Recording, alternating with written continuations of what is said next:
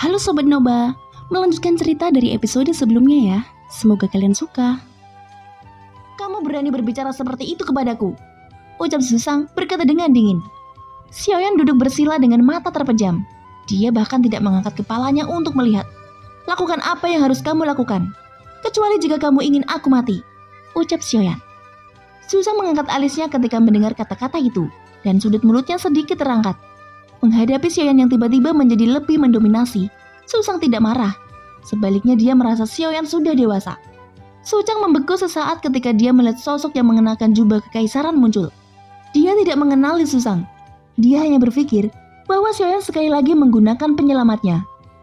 Guntur ungu yang mengalir turun telah menghilang dengan sendirinya saat mendarat di atas kepala Xiaoyan.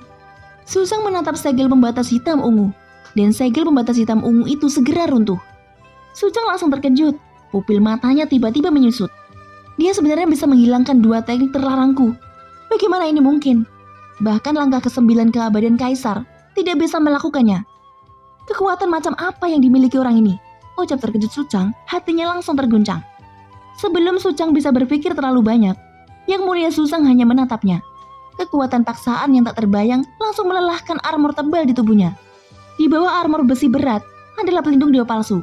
Tetapi dengan hasil yang sama, pelindung dewa palsu langsung mencair. Tubuh Sucang benar-benar terbuka, dan ekspresi ketakutan di wajah Sucang terungkap. Wajahnya pucat saat ini. Beberapa saat yang lalu, Sucang telah mencoba semua metode, tetapi dia masih tidak bisa bergerak sama sekali. Paksaan ini, aku khawatir bahkan level orang ini sudah mencapai keabadian dewa, ucap Sucang menjadi sangat ketakutan. Pertahanannya sendiri tampak tidak ada apa-apanya di depan pria berjubah kekaisaran. Sucang menggertakkan giginya. Pada saat ini dia tidak menahan apapun. Dia bahkan langsung menggunakan semua kekuatan dimensi Void Taisu. Cahaya hitam yang tak terhitung jumlahnya menyelimuti Sucang. Dia ingin menggunakan ini untuk menghancurkan paksaan yang kuat. Cahaya hitam menyelimuti seluruh tubuh Sucang. Ini adalah kartu truf terkuat Sucang. Dengan kekuatan sejati dari dimensi Void Taisu, seharusnya tidak masalah untuk menghancurkan paksaan belaka. Tapi jelas pemikiran Sucang agak terlalu naif. Kekuatan asli dari dimensi Void Taisu menyelimutinya. Tetapi paksaan yang kuat di tubuhnya masih belum berkurang sama sekali. Sungguh paksaan yang kuat. Bagaimana bisa ada keabadian dewa muncul di alam Suanyin ini? Sebelum aku mati, bisakah kamu mengizinkanku untuk mengajukan beberapa pertanyaan? Ucap Sucang menatap Susang yang mengenakan jubah kekaisaran. Tatapan Susang dingin dan acuh tak acuh. Dia tidak menjawab Sucang. Sebaliknya dia melambaikan lengan jubahnya. Seluruh ruang tiba-tiba membeku. Melihat dari luar dimensi Void Taisu, sepertinya telapak tangan besar turun menjepit paksa benda raksasa persegi. Benda raksasa persegi mulai berkerut dan bengkok. Dengan suara ledakan keras, benda raksasa persegi yang besar itu langsung meledak dan berubah menjadi puing-puing yang tak terhitung jumlahnya. Dimensi Void Taisu rusak. Adegan ini membuat semua prajurit Taisu yang masih berjuang untuk hidup mereka sendiri langsung berhenti. Mereka melihat dimensi Void Taisu yang menghilang dengan tidak percaya. Adapun sosok Sucang, dia masih berlutut di udara karena paksaan yang kuat. Saat ini pupil matanya bergetar menyaksikan dimensi Void benar-benar dimusnahkan. Dia sama sekali tidak bisa mempercayai pemandangan di depannya. Tetapi ketika puing-puing membombardirnya, meledakkan tubuhnya hingga berantakan, dia yakin bahwa ini bukan ilusi. Ledakan markas utama Taisu membuat semua orang di dunia luar tercengang. Bahkan sang ratu yang biasanya tenang tidak bisa untuk tidak terkejut. Dia juga tidak menyangka bahwa Xiaoyan memiliki kekuatan yang begitu menakutkan. Begitu menakutkan sehingga markas utama Taisu dihancurkan. Namun ketika sang ratu menyaksikan ledakan yang disebabkan oleh kehancuran markas Taisu, matanya seolah bisa melihat pemandangan melalui kobaran api. Mata indah sang ratu berangsur-angsur melebar, dan ekspresi yang tidak bisa dipercaya muncul di wajahnya yang cantik. Keterkejutan di wajahnya berangsur-angsur berubah menjadi kesedihan. Bulu matanya yang lentik dan berair itu sedikit bergetar. Tangannya yang cantik membentuk kepala kecil dan dia tampak sedikit gugup. Sang ratu membuka mulutnya sedikit. Dia tidak sanggup berkata. Sampai api dari ledakan markas Taisu tertiup angin kencang. Semuanya berubah menjadi abu.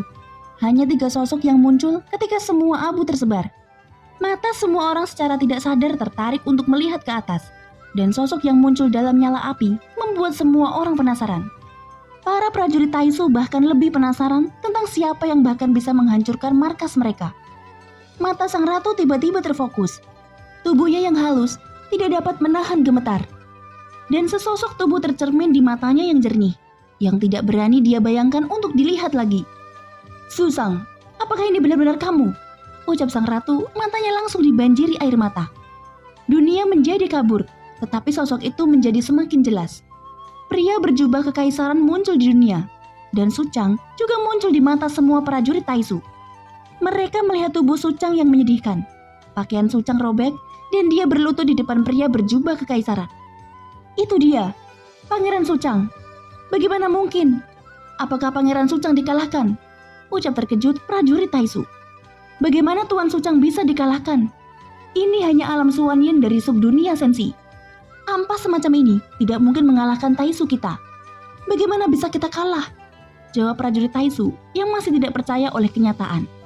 Jika mereka tidak melihat Suchang berlutut di depan pria berjubah kekaisaran dengan mata kepala mereka sendiri, mereka mungkin tidak akan percaya bahwa markas utama Taisu telah meledak. Tapi sepertinya semua yang terjadi adalah kebenaran. Mereka tidak tahu siapa pria berjubah kekaisaran itu. Mereka hanya tahu bahwa Suchang berlutut di depannya. Suchang sangat ketakutan sehingga dia tidak bisa mengatakan apa-apa saat ini. Kehancuran dimensi Void Taisu juga menghancurkan pikiran Suchang untuk bertahan hidup. Pria berjubah kekaisaran di depannya pasti sudah mencapai level keabadian dewa yang legendaris. Dimensi Void Taisu yang berbentuk benda raksasa segitiga, sesuatu yang dibuat oleh pemimpin dunia Taisu, dan mengandung batasan kuat yang tak terhitung jumlahnya. Itu terbukti dengan sendirinya ketika menekan Xiaoyan. Bahkan jika itu dihancurkan, Suchang tidak pernah membayangkan bahwa itu akan dihancurkan dengan begitu mudah. Apa yang benar-benar membalikkan kondisinya adalah dia tidak tahu siapa yang ada di depannya, dan tidak tahu seberapa kuat pria berjubah kekaisaran di depannya. Namun bisa menghancurkan dimensi Void Taisu dengan begitu mudah sudah menunjukkan kengerian kekuatannya. Benar saja, kamu pasti makhluk dari dunia Sensi. Tetapi jangan berpikir bahwa menghentikan kami di sini dapat menghentikan Taisu untuk menyerang Sensi, ucap Suchang mencibir dengan putus asa. Saat dia mengucapkan kata-kata ini, tubuhnya langsung membengkak dan kemudian meledak. Darah dan dagingnya berhamburan. Tubuhnya hancur total. Suchang hanya memiliki satu jiwa yang tersisa, dan jiwanya saat ini menjerit menyakitkan. Suara itu tiba-tiba berhenti di detik berikutnya, tapi jiwanya tidak langsung dilenyapkan oleh Suchang. Suchang hanya menghapus kesadarannya dan menyisakan ingatannya. Jiwa Suchang diisolasi oleh cahaya transparan dan membiarkannya menggantung di udara. Namun sebelum Suchang terbunuh beberapa saat yang lalu, dia sudah menggerakkan pikirannya untuk memerintahkan 100 monster void. 100 monster void semuanya menoleh ke arah Suchang. Mereka semua mengunci Suchang hanya untuk membuka mulut mereka. Yang berikutnya sinar pemusnahan yang kuat menyembur keluar dari mulut besar 100 monster void. Fluktuasi energi yang disebabkan oleh mereka tidak terbayangkan sehingga seluruh istana Nirvana abadi bergetar. Seolah-olah ruang menjadi sangat tidak stabil karenanya. 100 sinar pemusnahan ini membuat takut semua orang yang melihatnya. Bahkan prajurit Taisu mundur satu demi satu. Mereka tahu betul betapa kuatnya 100 sinar pemusnahan itu. Sinar pemusnahan yang menakutkan berkumpul bersama, berubah menjadi sinar pemusnahan setebal 100 kaki. Fluktuasi yang memancar darinya membuat orang merasakan menggigil ketakutan. Sinar pemusnahan melonjak ke arah pria berjubah kekaisaran, dan sinar itu semakin dekat. Pria berjubah kekaisaran berdiri dengan tangan di belakang, seolah-olah dia tidak berniat menghindarinya sama sekali. Pada saat ini Jian Xiangyang memandang pria berjubah kekaisaran yang tiba-tiba muncul. Matanya sedikit terkonsentrasi. Karena jaraknya yang jauh, Jian Xiangyang tidak yakin siapa itu. Tetapi momentum ini memberinya rasa keakraban yang kuat. Ini tidak mungkin. Dengan momentum seperti itu, mungkinkah dia ada di sini? Gumam Jian Xiangyang. Pupil matanya menyusut tajam. Tatapannya menjadi sangat serius. Ketika dia menoleh untuk melihat sang ratu yang menangis, baru kemudian Jian Xiangyang dapat mengkonfirmasi tebakannya. Apakah itu benar-benar dia? Yang mulia Suchang, ucap Jian Xiangyang. Jika dia tidak menonton penampilan sang ratu, Jian Xiangyang tidak akan percaya bahwa sosok lurus di ujung adalah yang mulia Suchang. Pada saat ini sinar pemusnahan yang seperti bola cahaya dengan ukuran 100 kaki terus bergerak maju. Di sisi lain, pria berjubah kekaisaran perlahan mengangkat lengannya. Jari-jarinya sedikit terangkat. Dari ujung jarinya ada juga seberkas cahaya. Tapi itu terlalu kecil dibandingkan dengan sinar pemusnah besar yang ukurannya ratusan kaki. Sinar pemusnahan dari ujung jarinya langsung tenggelam ke dalam sinar cahaya raksasa dan langsung ditelan tanpa jejak. Keduanya tampaknya tidak memiliki urutan yang sama besarnya. Semua orang mengira itu aneh, tetapi hanya sang ratu dan Jian Xiangyang yang terlihat tidak memihak. Bahkan Jian Xiangyang tanpa sadar sedikit mundur, melindungi dirinya dengan seluruh kekuatannya. Pria ini gila. Aku harus lebih berhati-hati, ucap Jian Xiangyang. Tepat ketika Jian Xiangyang selesai berbicara, dia melihat sinar pemusnahan raksasa tiba-tiba meledak. Dampak energi yang kuat tersapu ke sekelilingnya. Energi yang menakutkan menyebar dan seluruh ruang bergetar hebat. Energi kekerasan dari 100 monster void langsung dikalahkan. Dampak energi yang mengerikan pada akhirnya tak tertahankan dan bahkan mulai meruntuhkan istana nirvana abadi pada kecepatan destruktif. Tidak ada yang tahu metode apa yang digunakan untuk sepenuhnya menghancurkan sinar pemusnahan dari dalam. Dan kemudian mengubah bentuknya, menyebabkan energi destruktif dari sinar pemusnahan menyapu sekeliling. Energi yang mengerikan menyapu segala sesuatu di sekitarnya. Meskipun semua orang telah mundur dalam jarak tertentu, mereka tidak pernah menyangka bahwa mereka masih akan terpengaruh setelah mundur sejauh ini. Sang ratu segera memerintahkan tentara berkobar untuk berkumpul bersama. Setelah itu dia melambaikan lengan jubahnya untuk menstabilkan ruang di sekitarnya. Dan semua energi kekerasan diblokir oleh sang ratu. Namun semua orang di kuil pemburu dewa cukup pintar. Semuanya bercampur dengan pasukan tentara berkobar. Dan kebanyakan dari mereka tidak terluka di bawah perlindungan sang ratu. Tapi untuk para prajurit Taisu tidak seberuntung itu. Badai yang diciptakan oleh ruang yang hancur menyapu mereka semua. Bahkan dengan perlindungan dari armor dewa palsu, sulit untuk aman dan sehat dalam sapuan energi seperti itu. Akibatnya ada teriakan dari prajurit Taisu di tengah badai. Ruang besar itu runtuh dan berubah menjadi kehampaan. Sinar pemusnahan yang keluar dari 100 monster void dengan mudah diselesaikan oleh Susang. Tetapi sayangnya Sucang tidak akan pernah melihat pemandangan ini. Jiwa Sucang telah musnah kecuali ingatannya. Susang sepertinya tahu bahwa Xiaoyan membutuhkan jiwanya.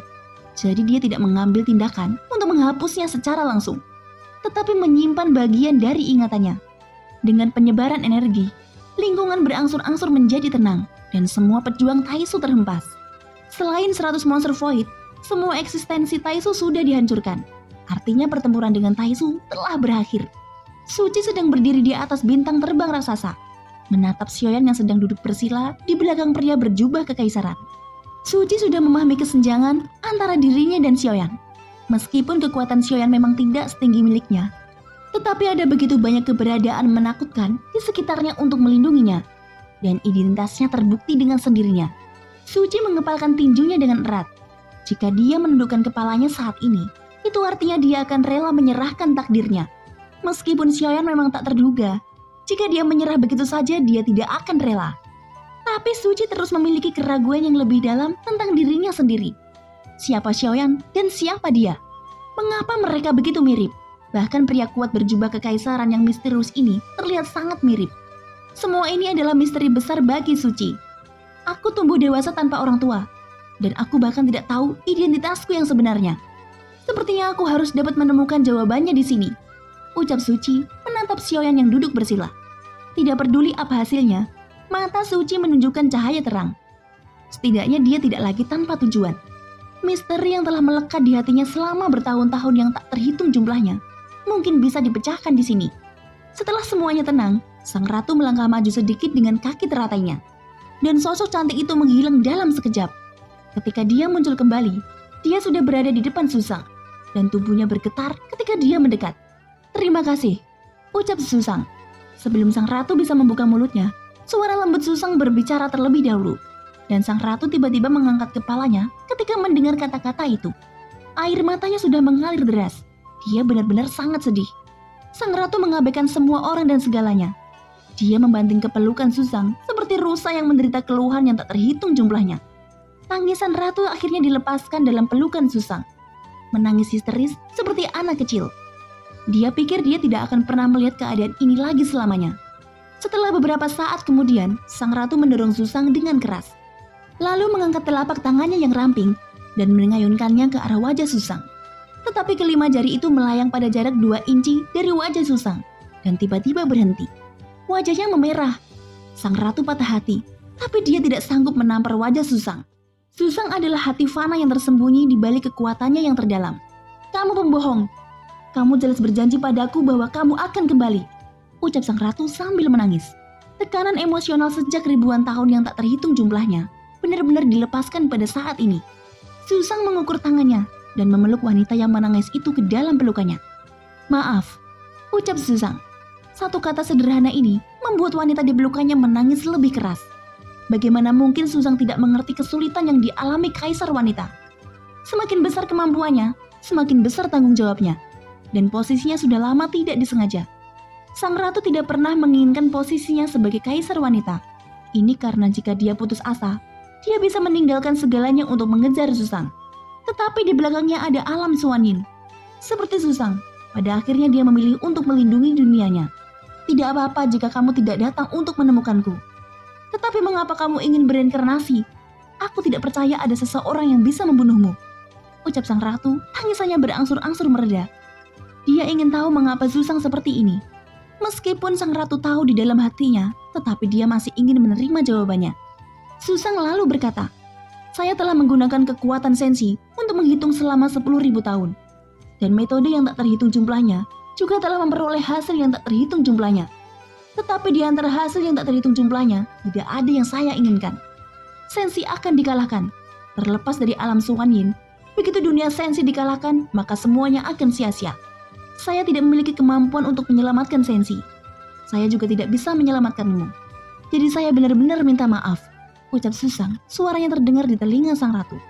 Tapi Xiaoyan yang duduk bersila juga bisa mendengarnya. Rupanya Susang juga sengaja agar dia mendengarnya. Susang lalu melanjutkan, ketika saya putus asa, cahaya harapan lahir. Untuk menyelamatkan dunia sensi, saya harus pergi ke langkah terakhir. Saya mencoba, tetapi saya tidak bisa melakukan langkah itu. Tidak akan pernah ada cara untuk melakukannya. Untuk mengambil langkah ini, saya membutuhkan keberuntungan saya. Tetapi juga kemauan jiwa yang lebih teguh, yang belum pernah saya miliki. Tapi dia punya. Jadi saya membuat langkah berani. Itu adalah keputusan yang dibuat dengan cara ini. Dan itu dihitung dengan cara berinkarnasi. Tentu saja dalam perhitungan 100.000 tahun yang tak terhitung jumlahnya. Setidaknya itu benar-benar berhasil pada reinkarnasi terakhir, ucap Susang berkata dengan serius. Dia memeluk sang ratu erat-erat. Dapat dilihat bahwa perasaannya terhadap sang ratu tidak diragukan lagi, sangat istimewa. Yuan Er, kamu adalah wanitaku. Aku percaya kamu tidak akan menyalahkanku, kan? Ucap Susang. Tangisan sang ratu sudah lama berhenti. Dia mengangkat kepalanya. Meskipun wajahnya ditutupi dengan banyak noda air mata, tetapi dia tersenyum saat melihat wajah yang menatapnya dengan penuh kasih sayang. Dua lesung pipit yang lucu muncul di sudut mulutnya ketika dia tersenyum. Dan senyuman itu cukup untuk mengguncang seluruh kota. Lupakan saja. Meskipun kamu adalah penjahat, mengirimnya ke sini dapat dianggap sebagai kompensasi untukku, ucap sang ratu tersenyum. Susang terkejut ketika mendengar ini. Bagaimana dia memberikan kompensasi kepadamu? Ucap Susang tampak serius. Aku mendorongnya ke bawah, ucap sang ratu mengelurkan telapak tangannya dan membuat gerakan halus. Jawaban ini membuat Susang memiliki ekspresi bodoh. Mungkin dia tidak pernah membayangkan adegan ini dalam hidupnya. Tapi sepertinya dia tidak bisa memukul atau memarahi sang ratu ataupun Xiaoyan. Susang hanya merasakan 10.000 ton ketidaknyamanan di hatinya. Tetapi jika Susang tahu bahwa sang ratu sudah bergesekan secara tubuh dengan Xiaoyan, diperkirakan seluruh papan peti matinya tidak akan dapat menahannya. Dia memaksamu, ucap Susang masih bertanya. Sang ratu menggelengkan kepalanya sambil tersenyum, lalu memandang keagungannya dan berkata dengan serius, akulah yang memaksanya. Kamu harus tahu bahwa kekuatannya tidak cukup. Aku akan menekannya secara langsung. Lalu, ucap sang ratu, berhenti berbicara. Selebihnya saya tidak ingin tahu, ucap Susang terbatuk 2 kali dan menyela sang ratu. Hei, apakah kamu cemburu? Bukankah dia reinkarnasimu? Kamu adalah dia, dan dia juga kamu. Dan aku selalu menganggapnya sebagai kamu, ucap sang ratu dengan main-main mengusap tubuhnya bolak-balik. Bertindak seperti rusa kecil yang selalu nakal dan genit. Susang menjadi bodoh lagi ketika mendengar kata-kata itu. It's okay. Susang pandai dalam hal mengatur bidak catur.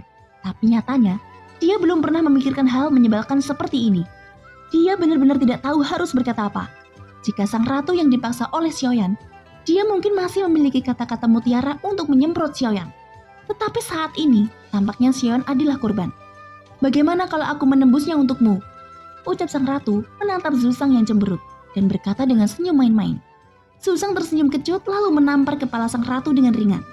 Setelah itu dia mengelurkan tangannya hanya untuk mencubit pipi lembab elastis sang ratu. Thank you guys sudah mendengarkan ceritaku sampai akhir. Ikuti terus kelanjutannya dan semoga hari kalian menyenangkan. Bye-bye.